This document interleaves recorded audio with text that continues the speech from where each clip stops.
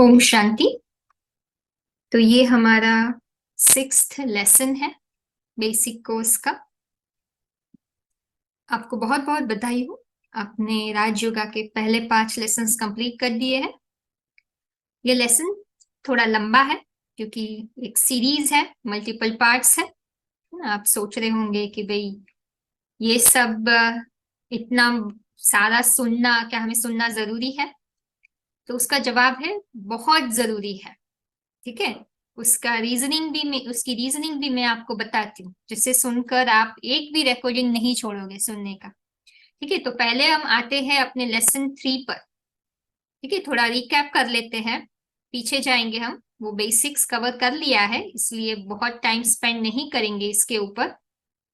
ठीक है, तो हमने मन बुद्धि संस्कार के बारे में जाना था। ठीक है, जो भी हमारे अंदर तकलीफ है वो इन 3 चीजों में जो डिसिंक्रोनी है ना, ये 3 चीज तीनों शक्तियां एक दूसरे के साथ काम नहीं कर रही है और सतुगुण के आधार पर नहीं कर रही है, उसकी वजह से है। ओके, तो वो आप समझ लीजिए। सिर्फ मन को खुश करना आपकी जिम्मेदारी नहीं है। ठीक है, मन में अच्छे अच्छे विचार लेके आए,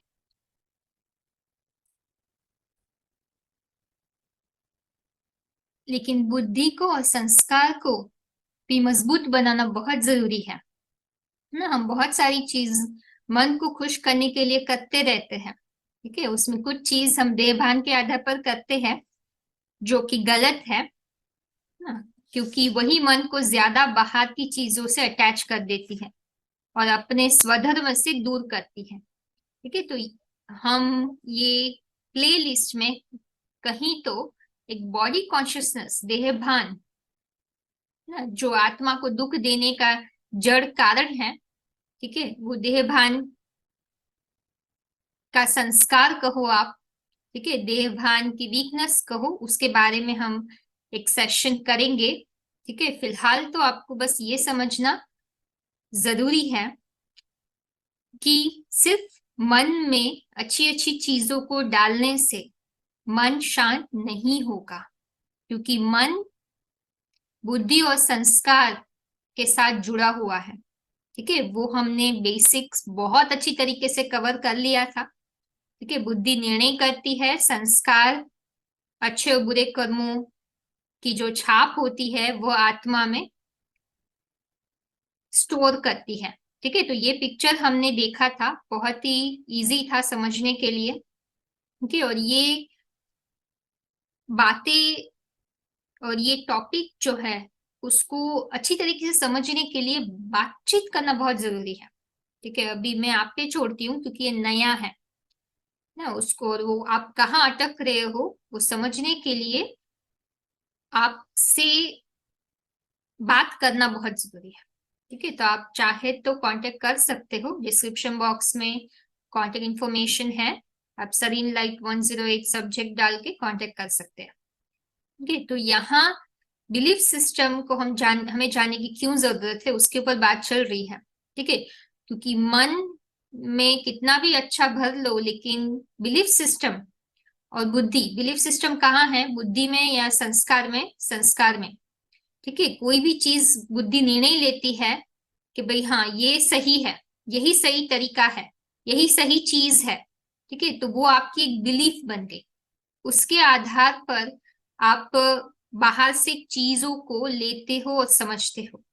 ठीक है, जैसे एक एक पिक्चर है, पिक्चर के आधार पर भी मैं आपको बता सकती हूँ। ये देखो आइसबर्ग है। ठीक है, आइसबर्ग है, तो यहाँ 2 पार्ट्स है। ठीक है, यहाँ हम सब कॉन्शियस माइंड नहीं कहेंगे, सब कॉन्शियस फैकल्टी कहेंगे। ठीक है, तो आत्मा की 3 शक्तियां 2 भाग में डिवाइड कर दो, कॉन्शियस और सब कॉन्शियस फैकल्टी। ठीक है, कॉन्शियस फैकल्टी में मन और बुद्धि आते हैं, क्योंकि मन में क्या चलता है, बुद्धि में क्या चल रहा है, वो हम देख सकते हैं, महसूस कर सकते हैं। ठीक है, संस्कार हमारी जो छाप पड़ी हुई है वो विजिबल नहीं होती है, वो सडनली कुछ सोचते सोचते हमारी बचपन की याद आ जाती है हमें। ठीक है, और किसी व्यक्ति को देखते हैं तो सडनली उस व्यक्ति के साथ हमारा क्या कनेक्शन था, उसने मुझे क्या बोला, वो सब अंदर से आता है, वो संस्कार है। ठीक है, जो ट्रिगर होता है। ठीक है, हमने तीनों का संबंध भी बहुत अच्छी तरीके से समझा, अभी उसमें मैं वापस नहीं जाऊंगी। आप अगर नहीं याद है तो आप देख लीजिए। ठीक है, तो हमारी संस्कार है, जैसे हमने कहा, हार्ड ड्राइव है ना। बुद्धि जो है एक प्रोसेसिंग यूनिट है। ठीक है, अगर आप टेक्निकल पर्सन हो, और माइंड जो है वो स्क्रीन है। ठीक है, तो माइंड और इंटेलेक्ट को हम कॉन्शियस फैकल्टी कहते हैं, और आप देखो ये सब कॉन्शियस फैकल्टी, संस्कार, 90% आइसबर्ग का कितना सारा भाग, आइसबर्ग का ऊपर का सपोर्ट नीचे के सपोर्ट के आधार पर होता है। ठीक है, तो हमारा संस्कार हमारे मन बुद्धि को चलाने का आधार है। अभी संस्कार में कोई भी गलत चीज होगी, है ना, जो सच्चाई के आधार पर नहीं होगी, सात्विक नहीं होगी, ठीक है, तो आपकी मन और बुद्धि हमेशा सुख शांति का अनुभव नहीं कर सकती। सच्चाई का होना बहुत जरूरी है, राइट बिलीफ सिस्टम का होना जरूरी है। रॉन्ग बिलीफ सिस्टम, रजो और तमो संस्कार के आधार पर, तमो इंफॉर्मेशन के आधार पर, ठीक है, अगर बुद्धि ने रजो और तमो इंफॉर्मेशन को प्रोसेस करके गलत निर्णय लिया है, ठीक है, और वो आपने आपकी बिलीफ सिस्टम बन गई है, तो आपकी बुद्धि में पावर नहीं आएगी जो मन को कंट्रोल कर पाएगी। ठीक है, मन और बुद्धि का संबंध भी हमने समझा था, बुद्धि में बहुत ताकत है। अगर बुद्धि सच्चाई के आधार पर निर्णय लेती है, ठीक है, अगर एक बार बुद्धि ने गलत निर्णय ले लिया और फिर उसी को ही सच मान बैठी है, तो बाहर से कितनी भी सच्चाई आप बुद्धि को दो, वो सच्चाई स्वीकार नहीं करेगी। तो संस्कार की पकड़ अभी बुद्धि पर भी है और मन पर भी है। इसीलिए अभी हमें अपनी मान्यताओं को से डिटैच होकर, उसको सिर्फ आप अपने अटैच मत कीजिए, उसके आधार पर टटोलिए नहीं, उसको अलग कर दीजिए। ठीक है, उसको कंप्लीटली अलग कर दीजिए। आप अभी जो पढ़ रहे हो, उस समय आप कंप्लीटली अलग कर दो कि भाई अभी मैं, जैसे कि ये मेरी मान्यता है ही नहीं, मेरापन छोड़ दो थोड़ी देर के लिए, और ऐसे देखो कि जैसे मैं न्यूट्रल पर्सपेक्टिव से, मैं फेवर नहीं कर रहा हूं अपनी मान्यताओं को, लेकिन सच्चाई बुद्धि का ही सिर्फ इस्तेमाल करके समझिए। ठीक है, अगर वो अच्छी तरीके से समझने के बाद फिर आपकी मान्यताओं को सामने लेके आइए। ठीक है, सच्चाई किसमें है, वो टटोल कर एक ही चीज को एक्सेप्ट करे, भावनाओं के आधार पर नहीं, बुद्धि के आधार पर। ठीक है, इसलिए गीता में भी भगवान ने कहा है ना, भगवान को ज्ञानी तो आत्मा विशेष प्रिय है, और अर्जुन को भी तीसरी आंख, बुद्धि की आंख से भगवान को पहचानने को बोला था, भावना के आधार पर नहीं, क्योंकि भावना सच्चाई के बिना जो आती है वो रजो और तमो संस्कार के आधार पर है। ठीक है, सतोगुण का एक लक्षण है लाइट ऑफ नॉलेज। ठीक है, आगे आपको पता चलेगा, ये सब चीजें कनेक्ट करोगे तो आपको समझने में आसानी होगी। ठीक है, अभी हम ज्यादा इस पे कवर नहीं करेंगे, लेकिन आपको लॉजिक तो मिल गया अभी कि बिलीफ सिस्टम को परिवर्तन करना कितना आवश्यक है। अगर मन और बुद्धि को पावरफुल बनाना है तो गलत बिलीफ सिस्टम बुद्धि को सही चीज को भी बुद्धि को गलत चीज में लेने को बोलेगी, और वो हमें पता है गीता के अनुसार रजो सतो रजो तमो ज्ञान, है ना, और सतो रजो तमो बुद्धि, तो वो तमो प्रधान बुद्धि की निशानी है। सही को भी गलत ले ले, ठीक है, और या सही को भी ठीक से ना समझ कर जो हम दो चीजों को सही मान ले, ठीक है, एक चीज पे टिक नहीं पाते, तो वो भी रजो बुद्धि होगी। ठीक है, समझने की बात है। तो दो चीज सही नहीं है, सत्यता की परिभाषा है एक ही सत्य है ना, सत्यता एक ही होती है। वो भी हम यहाँ चैनल पे एक टाइम पे सत्यता की परिभाषा का एक वीडियो डालेंगे, रिकॉर्डिंग। ठीक है, तो समझने की बात है, सच्चाई एक होती है, दो चीज एक साथ सच नहीं होती है। श्रीमत एक ही ओपिनियन होता है, जिसके आधार पर भगवान ने अर्जुन को नष्टो मोहा बनाया। भगवान ने अर्जुन को जो शिक्षा दी, उसमें बहुत सारी इंफॉर्मेशन भगवान ने जो कही, उसमें से एक इंफॉर्मेशन यही थी कि अनेक मतों के कारण तुम्हारी बुद्धि भटक गई है। अभी एक मत, वो आगे के आपको रेफरेंस मिलेंगे, और एक मत के आधार पर अभी तुम्हारी बुद्धि टिका, जो मैं कह रहा हूं। ठीक है, और सच्चाई को परखना इतनी मुश्किल बात नहीं है। सच्चाई को परखना मुश्किल बात नहीं है, आपने पहले परखी होगी तो अभी परख लोगे, लेकिन बायस्ड ओपिनियन के साथ नहीं, है ना। तो इसलिए आप प्लीज ये जो भी सेशन है वो सुनिए, आपको पता चलेगा कि आप कितना क्लीन कर रहे हो अपने संस्कार को, गलत संस्कार को। जितना जितना आप रिप्लेस करते जाओगे सही संस्कार से, आगे आगे की जो भी इंफॉर्मेशन आपको मिल रही है वो सब समझ में आएगी। अदरवाइज आपको समझ में नहीं आएगा कुछ, आपको लगेगा ठीक है सुनने में अच्छा है, लेकिन स्वीकार नहीं कर पाओगे। ठीक है, बुद्धि की स्वीकृति आपकी बिलीफ सिस्टम के आधार पर डिपेंड करती है। ठीक है, तो इसीलिए हम मेडिटेशन का दूसरा स्टेप बताने से पहले आपको बिलीफ सिस्टम क्लियर करवा रहे हैं। ठीक है, तो उसमें हमारी पहली बिलीफ है जो हम कवर करेंगे आत्मा के संबंधित। अभी जो भी हमने आत्मा के बारे में कहा, सृष्टि चक्र के बारे में कहा, तो उसके रिलेटेड ये सब बिलीव्स है। फिर आगे चल के भगवान के बारे में भी बिलीव्स है, वो भी कवर की जाएगी। ठीक है, तो पहली बिलीफ है यहाँ, क्या आत्मा पुनर्जन्म लेती है? ठीक है, तो जवाब है हाँ, रीबर्थ मतलब पुनर्जन्म, है ना, एक शरीर छोड़ के दूसरे शरीर में जाना आत्मा लेती है। ठीक है, आत्मा एक से ज्यादा जन्म लेती है। ठीक है, तो कैसे लेती है तो वो हम समझेंगे अभी।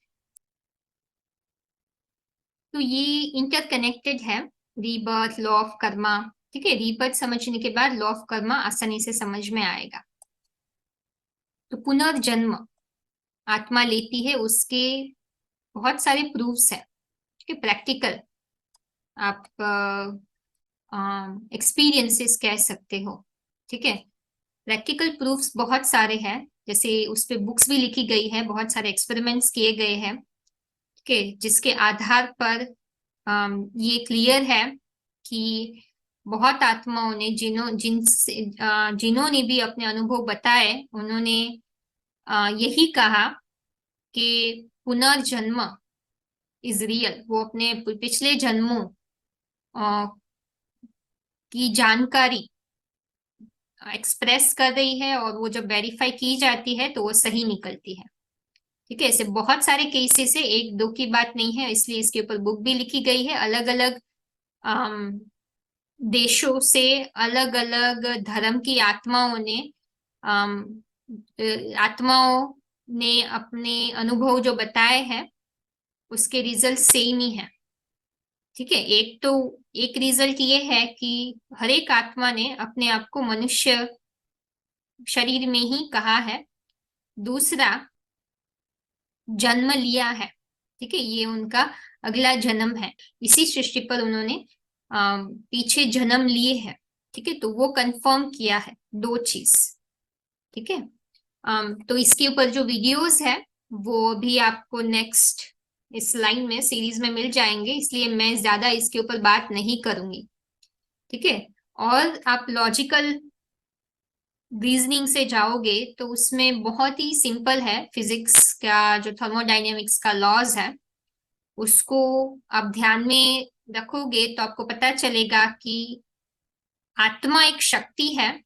ठीक है, जो हमने कही है, और लॉ के अनुसार energy cannot be created or destroyed. Okay, energy can go from higher state to the lower state, law of entropy भी कहते हैं। ठीक है, तो मतलब कि कोई भी एनर्जी है वो डिस्ट्रॉय नहीं की जाती है। ठीक है, इसलिए आत्मा को अविनाशी बताया है, लेकिन वो अपनी हायर स्टेट से लोअर स्टेट में आ सकती है।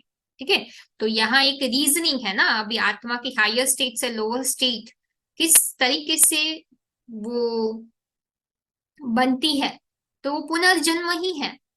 जन्म मन के चक्र से गुजरते गुजरते वो अपनी शक्ति गवाती है, क्षीण होती है उसकी शक्ति, है ना, जिसको कला कहते हैं, आगे आपको पता चलेगा उसके बारे में। ठीक है, तो ये समझना जरूरी है कि आत्मा पुनर्जन्म लेती है। गीता के श्लोक्स भी है उसके ऊपर, है ना, वो हमारे गीता के श्लोक्स का एक अलग सेक्शन ही है ये प्ले लिस्ट में। वहां हम टॉपिक वाइज सब डिवाइड कर रहे हैं, आत्मा के रिलेटेड, पुनर्जन्म के रिलेटेड जो भी श्लोक से वो उसमें हिंदी इंग्लिश में कवर हो रहे हैं, इसलिए मैं उसके ऊपर ज्यादा अभी बात नहीं करूंगी, अदरवाइज ये सेशन लंबा हो जाएगा। वो आपको प्ले लिस्ट में जाके वो धीरे धीरे अपलोड हो रहा है, तो मे बी अभी नहीं होगा बट जल्दी ही हो जाएगा। चाहे तो इस चैनल को सब्सक्राइब कर लीजिए, तो जैसे ही वो अपलोड होता है आप उसको देख सकते हो। लेकिन यहाँ आपको नंबर दिए गए हैं, है ना। दूसरे अध्याय का 21वां श्लोक है, ठीक है। दूसरे अध्याय का 22 श्लोक है, दूसरे अध्याय का 27 श्लोक है, ठीक है। जहाँ क्लियरली गीता में बोला है ये शरीर एक वस्त्र है, ठीक है। ये जैसे हम ये शरीर पर जो वस्त्र हम पहनते हैं, वो हम जैसे एक वस्त्र से दूसरा वस्त्र बदलते हैं, वैसे ही आत्मा का वस्त्र ये शरीर है। जो आत्मा एक जन्म से दूसरा जन्म लेते ये बदलती रहती है, ठीक है। और आत्मा अविनाशी है, शरीर विनाशी है, ठीक है। तो इसके बहुत सारे श्लोक्स हैं, ठीक है। जो रिलेटेड श्लोक्स हैं वो आपको क्लियरली मिलेंगे, ठीक है, वो प्ले लिस्ट में, ठीक है। तो वो आप अपने आप स्टडी कर सकते हैं। और दूसरे अध्याय का 13वां श्लोक भी है, ठीक है। यहाँ क्लियरली बोला है, देखो, कि आत्मा दूसरा शरीर लेती है, ठीक है। इसलिए अर्जुन को बोला कि आप जो धैर्यवान पुरुष होता है वो शरीर से लगाव नहीं करता है। ये स्लाइड्स डिस्क्रिप्शन बॉक्स में आपको मिलेगा, ये पीडीएफ, है ना। जहां जहां पॉसिबल है, पॉसिबल रहा है, वहां वहां स्लाइड्स को नीचे डिस्क्रिप्शन बॉक्स में रखा है। तो आपको ये पढ़ना भी है तो आप पढ़ सकते हो, ठीक है। तो वहां पीडीएफ लिंक है, तो अगर आप वो ओपन नहीं कर पा रहे हो तो संपर्क कर सकते हैं। लेकिन सरीन लाइट 108 लिखना मत भूलिए, जिससे सामने वाले को पता चले।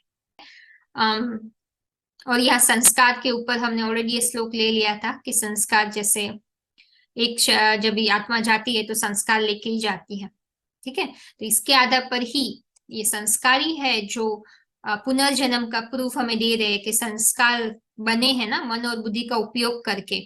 पिछले जन्म में ये आत्मा थी, वो संस्कार लेके गई। एग्जाम्पल के रूप में वो हमने फूल का एग्जाम्पल लिया था, राइट, कि फूल की जो सुगंध होती है वो वायु के साथ एक जगह से दूसरी जगह जाती है।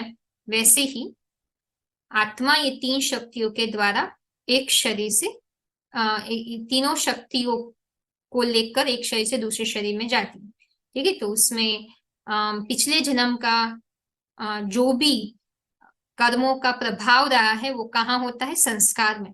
तो वही संस्कार जब ये शरीर लेते हैं, इमर्ज होते हैं, तो पिछले जन्म का पता चलता है। ये सिंपल लॉजिक है, ठीक है।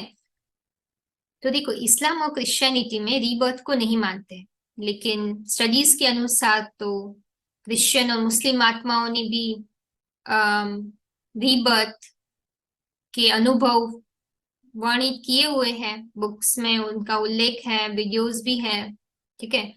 तो वो लोग ने भी प्रैक्टिकल प्रूफ दिया है कि उस धर्म की आत्मा भी रीबर्थ लेती है, ठीक है। लेकिन वो लोग अपने धर्म शास्त्र में नहीं होने के कारण नहीं मानते हैं, ठीक है। लेकिन हकीकत तो यही है कि रीबर्थ होता है, इसी एक से ज्यादा जन्म लेती है आत्मा इसी धरती पर, ठीक है। तो उसके रिलेटेड यहाँ ये यूट्यूब लिंक में कुछ एक रेफरेंस है, वो बाइबल रिलेटेड की, जो सपोर्ट करते हैं, इनडायरेक्टली भी हो लेकिन वो सपोर्ट कर रहे हैं, है ना, कि भाई रीबर्थ संभव है।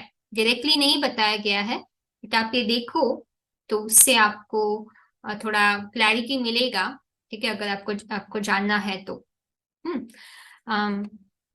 बाकी ये रीबर्थ के ऊपर बहुत स्ट्रेट फॉरवर्ड है, ठीक है। हमारी अगली मान्यता होगी कि आत्मा निर्लेप नहीं है, ठीक है। अभी रीबर्थ क्लियर हो गया कि एक जन्म से दूसरे जन्म में जाती है, ठीक है। तो ऑफ कोर्स हमें दूसरा जन्म इसलिए लेते हैं क्योंकि हमारे कोई हिसाब किताब बने हैं, ठीक है। अच्छे और बुरे हिसाब किताब हमारे अंदर बने हुए रहते हैं, ठीक है। तो माना कि आत्मा को लेप जेब तो लग ही रहा है ना, कोई अच्छा या बुरा, अच्छे हमारे संस्कार बने हैं, बुरे संस्कार बने हैं, हिसाब किताब बना हुआ है, उसके आधार पर हम डिसाइड करती है कौन से घर में जन्म लेना है, कौन से धर्म में जाना है, ठीक है। तो निर्लिप्त तो नहीं है आत्मा, ठीक है। तो वो हम अगले सेशन में आपको बताएंगे कि ये गलत मान्यता है कि कोई जो समझता है कि आत्मा तो हमेशा पवित्र रहती है, उसमें कोई उनको कोई शंका रंग नहीं लगता है, और मन जो है वो आत्मा से अलग है और मन ही दूषित होता है। नहीं, हम आत्मा पवित्र बनती है, अपवित्र भी बनती है, आत्मा को भी शंका रंग लगता है, और आत्मा हमेशा पवित्र नहीं होती, ऊंची स्थिति से नीची स्थिति में जाती है। ठीक है, तो आत्मा निर्लेप नहीं है।